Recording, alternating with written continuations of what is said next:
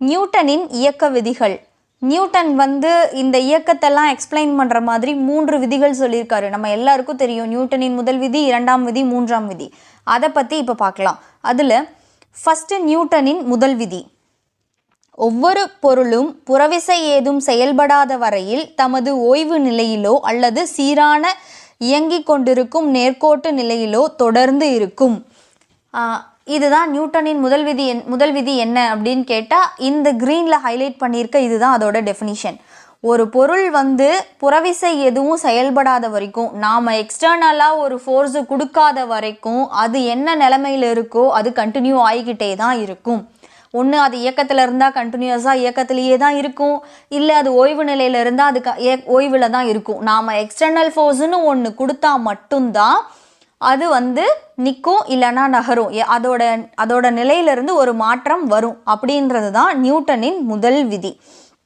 இவ்விதி விசையினை வரையறுக்கிறது. அது மட்டுமின்றி பொருட்களின் நிலைமத்தையும் விளக்குகிறது. இந்த விதி வந்து என்னத்தை எக்ஸ்பிளைன் பண்ணுது அப்படின்னா விசை. ஒரு எக்ஸ்டர்னல் ஃபோர்ஸ் ஒரு விசையை கொடுத்தாதான் அது மாறும், அப்படி இல்லைன்னா அது மாறாது. அதுவும் இல்லாமல் இயக்கத்தில் இருக்கிற பொருள் நிலைமத்தன்மையில் இருக்கும், நிலைமமாக இருக்கணும்னு அது முயற்சி பண்ணும். அப்படின்றது தான் இந்த நியூட்டனோட முதல் விதி எக்ஸ்பிளைன் பண்ணும். இப்போது இந்த ஃபோர்ஸு இது வந்து தானாக நிற்காது, ஒரு இயக்கத்தில் இருக்கிற பொருள் தானாக நிற்காது, எக்ஸ்டர்னல் ஃபோர்ஸ் கொடுத்தா தான் நிற்கும்னு சொல்கிறீங்கல்ல.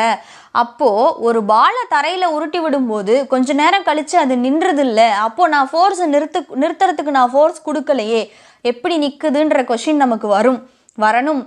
எப்படி நிற்குது அப்படின்னா, ஒரு பாலை நான் தரையில் உருட்டி விடும்போது தரைக்கும் அந்த பாலுக்கும் இடையில உராய்வு விசைன்னு ஒரு விசை செயல்படும், ஃப்ரிக்ஷனல் ஃபோர்ஸ். இது உங்களோட புக்கில் இல்லை, நீங்கள் அடிஷ்னலாக இதை தெரிஞ்சுக்கோங்க. ஃப்ரிக்ஷனல் ஃபோர்ஸ், உராய்வு விசைன்னு ஒன்று செயல்படும். அந்த பால் உருண்டுட்டே போகுது, தரையோட தேய்ச்சிக்கிட்டே உருண்டுட்டு போகுது. அப்போது அந்த உராய்வு விசையின் காரணமாக அந்த பால் கொஞ்சம் கொஞ்சமாக ஸ்லோ டவுன் ஆகி நிற்குது. உராய்வு விசை இல்லைன்னா அது அதே மூமெண்ட்டில் தான் இருக்கும். அதனால தான் அந்த பால் வந்து ஸ்லோ டவுன் ஆகி நிற்குது. நாம் கை வச்சு நிறுத்தலை, ஆனால் அங்கே உராய்வு விசைன்னு ஒரு ஃபோர்ஸ் ஆக்ட் ஆகிறதுனால அது நிற்குது. ஓகேங்களா? நியூட்டனோட முதல் விதியை பொறுத்த வரைக்கும் எந்த ஒரு பொருளும் எக்ஸ்டர்னலாக ஒரு ஃபோர்ஸ் கொடுக்குற வரைக்கும் அது என்ன நிலைமையில் இருக்கோ அது அப்படியே கண்டினியூ ஆகிட்டே இருக்கும். ஓய்வு நிலையாக இருந்தால் ஓய்வு நிலையிலேயே இருக்கும், இயக்க நிலையாக இருந்தால் இயக்கத்திலேயே இருக்குன்றதை எக்ஸ்பிளைன் பண்ணுறது தான் நியூட்டனின் முதல் விதி. நியூட்டனின் 2ஆம் இயக்க விதி. நியூட்டனோட விதிகளில் 2வது விதியை இப்போ பார்க்கலாம். நியூட்டன்ஸ் செகண்ட் லா அப்படின்றது என்ன அப்படின்னு சொல்லிட்டு பார்க்கலாம்.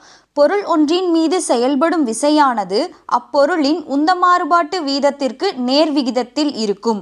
மேலும் இந்த உந்த மாறுபாடு விசையின் திசையிலேயே அமையும். இதுதான் வந்து நியூட்டன் 2ஆம் விதி எழுதணும் அப்படின்ற உங்களுக்கு டெஃபினிஷன் கேட்டாங்கன்னா இதுதான், இந்த க்ரீனில் ஹைலைட் பண்ணியிருக்கிற இதுதான் வந்து 2ஆம் விதி. பொருள் ஒன்றின் மீது செயல்படும் விசையானது, ஒரு பொருள் மீது கொடுக்குற விசைங்கிறது அப்பொருளின் உந்த மாறுபாட்டு வீதத்திற்கு நேர்விகிதத்தில் நேர்தகவில் அமையும். உந்த மாறுபாடு வீதம் அப்படின்னா ஃபஸ்ட்டு உந்தம்னா என்ன? உந்துதல் அப்படின்னு நம்ம சொல்லுவோம் பேச்சுவாக்கில். உந்துறது, தள்ளுறதுன்னு சொல்லுவோம் இல்லையா? ஒரு பொருள் ஒரு வேகத்தில் நகர்ந்துட்டு இருக்குன்னா அது மேலே ஒரு விசையை நம்ம கொடுக்கும்போது அது உந்தப்படுது. அந்த உந்த மாறுபாடு, இப்போ ஒரு பொருள் இயக்கத்தில் இருக்கிற ஒரு பொருள் மீது இப்போ நம்ம ஒரு விசை கொடுக்கும்போது அதில் அந்த உந்தத்தில் மாற்றம் நடக்குது, வேகமாவோ குறைவாவோ. அதை தான் உந்த மாறுபாடுன்னு சொல்கிறோம். இப்போ ஒரு பொருளோட விசை அப்படின்றது எப்படி இருக்கும், எவ்வளோ விசை கொடுக்குறோன்றது எப்படின்னா எவ்வளோ உந்தணுன்றதை பொறுத்து, எவ்வளோ வேகமாக தள்ளணுன்றதை பொறுத்து தான் நாம் கொடுக்குற விசை எவ்வளோ இருக்கணுன்றது முடிவாகும். ஸோ இது ரெண்டும் நேர் தகவல் இருக்குன்னு சொல்கிறது தான் நியூட்டனோட 2ஆம் இயக்க விதி. மேலும் இந்த உந்த மாறுபாடு விசையின் திசையிலேயே அமையும். இந்த உந்த மாறுபாடுங்கிறது விசையின் திசையிலேயே அமையும். நாம் எந்த டைரக்ஷனில் ஃபோர்ஸ் கொடுக்குறோமோ அதே திசையில் தான் உந்தமும் நடக்கும். இப்போ எக்ஸாம்பிளுக்கு ஸ்ட்ரைட்டாக போயிட்டுருக்கிற ஒரு பால், நான் வந்து என்ன பண்ணுறேன், டைரக்ஷன் சேஞ்ச் பண்ணி ஒரு ஃபோர்ஸ் ஒன்று கொடுக்குறேன் பேட்டில் அடிக்கும்போது. அப்போது நான் பேட்டை எந்த விசையில் கொடுக்குறனோ அதே திசையில் தான் அந்த உந்த மாறுபாடும் நடக்கும். அந்த உந்தம் வந்து அந்த திசையில் அந்த பாலை திருப்பி விடும். இதுதான் வந்து உந்த மாறுபாடு வந்து விசையின் திசையிலேயே அமையும் அப்படின்னு சொல்கிறாங்க. இவ்விதி விசையின் எண்மதிப்பை அளவிட உதவுகிறது. இந்த இரண்டாம் விதி எதுக்கு யூஸ் ஆகுது அப்படின்னா, விசையோட எண்மதிப்பு எவ்வளோ, இப்போ நான் இந்த பாலில் எவ்வளோ ஃபோர்ஸ் கொடுத்துருக்கேன் அப்படின்றத நியூமரிக்கலாக நம்பரில் எவ்வளோ ஃபோர்ஸ் இருக்குது அப்படின்னு கண்டுபிடிக்கிறதுக்கு தான் இந்த இரண்டாம் விதி உதவுது. எனவே இதை விசையின் விதி என்றும் அழைக்கலாம். இந்த நியூட்டன்ஸோட செகண்ட் லாவை இன்னொன்று பேர் என்ன சொல்லலாம் அப்படின்னா விசையின் விதி அப்படின்னு சொல்லலாம். இது வந்து உங்களுக்கு கொஷினே வந்து விசையின் விதி வரையறுன்னு கேட்டாங்கன்னா அப்போ நீங்கள் விசையின் விதினா என்னன்னு யோசிக்க தேவையில்ல. நியூட்டன்ஸோட செகண்ட் லா தான் விசையின் விதி. உங்களுக்கு 1 மார்க்லேயும் கேட்கலாம், விசையின் விதி என்று அழைக்கப்படும் விதி எது அப்படின்னா நியூட்டன்ஸோட செகண்ட் லா அப்படின்னு சொல்லிட்டு நீங்கள் எழுதிடலாம். நியூட்டனின் 3ஆம் இயக்க விதி. நியூட்டனோட 3வது விதி என்ன அப்படின்னு சொல்லிட்டு பார்க்கலாம். இது பேசிக்காகவே நமக்கு ரொம்பவும் பரிச்சயமானது. நாம் அதிகமாக கேள்விப்பட்டதும் இந்த 3வது விதி தான். ஒவ்வொரு விசைக்கும் சமமான எதிர்விசை உண்டு, அவ்வளோதான். Every action have a opposite reaction. எல்லா ஆக்ஷனுக்கும் ஆப்போசிட் ரியாக்ஷன் இருக்குதுன்றது தான் இந்த 3வது விதி. ஒரு விசை நடக்குது, ஒரு விசை செலுத்துகிறோன்னா அதுக்கு ஆப்போசிட்டான ஒரு விசையும் அங்கே ஆக்ட் ஆகும்னு சொல்கிறது தான் 3ஆம் விதி. விசையும் எதிர்விசையும் எப்போதும் இருவேறு பொருள்களின் மீது செயல்படும். இந்த ஒரு விசைக்கு சமமான எதிர்விசை உண்டு அப்படின்றது நமக்கு தெரியும். ஆனால் இதில் என்னன்னா, எப்பவுமே அந்த விசைகள் இரண்டும் வேற வேற பொருள்கள் மீது தான் நடக்கும் அப்படின்னு சொல்கிறாங்க. ஏ என்ற பொருள் ஒன்று பி என்ற பொருளின் மீது FA என்ற விசையை செலுத்துகிறது எனில், ஏங்கிற ஒரு பொருள் இருக்குது, பிங்கிற ஒரு பொருள் இருக்குது. ஏ வந்து பி மேலே FAன்னு ஒரு ஃபோர்ஸ் கொடுக்குது. அப்போ அங்கே என்ன நடக்கும்னா, பி ஆனது தன் எதிர்விசை FBனை ஏவின் மீது செலுத்தும். இந்த பி என்ன பண்ணும், அதோட FBங்கிற விசையை ஏ மீது செலுத்தும்.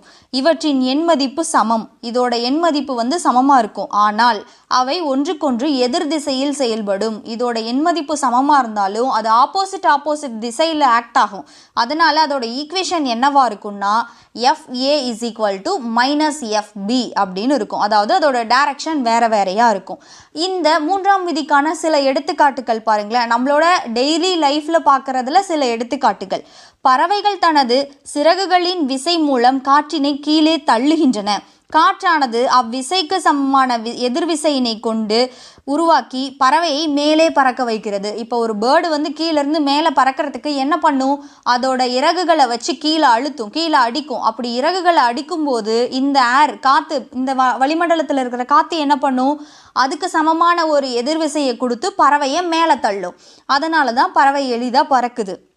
நெக்ஸ்ட்டு, நீச்சல் வீரர் ஒருவர் நீரினை கையால் பின்னோக்கி தள்ளுவதன் மூலம் விசையினை ஏற்படுத்துகிறார். நீரானது அந்நபரை விசைக்கு சமமான எதிர்விசை கொண்டு முன்னே தள்ளுகிறது. இப்போ ஸ்விம்மிங் பண்ணுறோம். ஸ்விம்மிங் நம்ம எப்படி பண்ணுவோம், நம்மளோட கையை வச்சு முன்னாடி பக்கம் தள்ளுவோம், முன்னாடி இருந்து பின்னாடி கையை தள்ளுவோம். அப்படி தான் நம்ம ஸ்விம்மிங் பண்ணுவோம். இப்போது நம்ம அந்த நீரை இப்படி முன்னாடி இருந்து பின்னாடி தள்ளுறது மூலமாக அந்த நீர் பின்னாடி போகிற அந்த நீர் என்ன பண்ணுது, அது ஆப்போசிட்டில் ஒரு ஃபோர்ஸை நமக்கு கொடுக்குமா, அந்த ஃபோர்ஸை நம்ம மேலே ஆக்ட் பண்ணி நம்மளை முன்னோக்கி தள்ளுது. அதனால தான் நாம் என்ன பண்ணுறோம், நீந்தி முன்னாடி போகிறோம். நெக்ஸ்ட்டு, துப்பாக்கி சுடுதலில் குண்டு விசையுடன் முன்னோக்கி செல்ல அதற்கு சமமான எதிர்விசையினால் குண்டு வெடித்த பின் துப்பாக்கி பின்னோக்கி நகர்கிறது. இப்போது புல்லட்டு, இது நியூட்டனோட 3ஆம் விதின்னு தெரிஞ்ச எல்லாருமே, பார்க்குற எல்லாருக்குமே பேசிக்காக தெரிஞ்ச எக்ஸாம்பிள் இந்த துப்பாக்கி தான். துப்பாக்கிக்குள்ளே இருந்து நாம் ஷூட் பண்ணும்போது அந்த தோட்டா முன்னோக்கி போகும். அந்த தோட்டா முன்னோக்கி போகிற வேகத்துக்கு துப்பாக்கி பின்னோக்கி நகரும். நம்ம கையில் பிடிச்சிருக்கிற அந்த கன் என்ன பண்ணும், பேக் சைடில் வந்து பின்னாடி வந்து ஒரு தள்ளும். இது வந்து நியூட்டனோட இந்த 3 எக்ஸாம்பிளுமே நியூட்டனோட 3ஆம் விதிக்கான எடுத்துக்காட்டுக்கள்.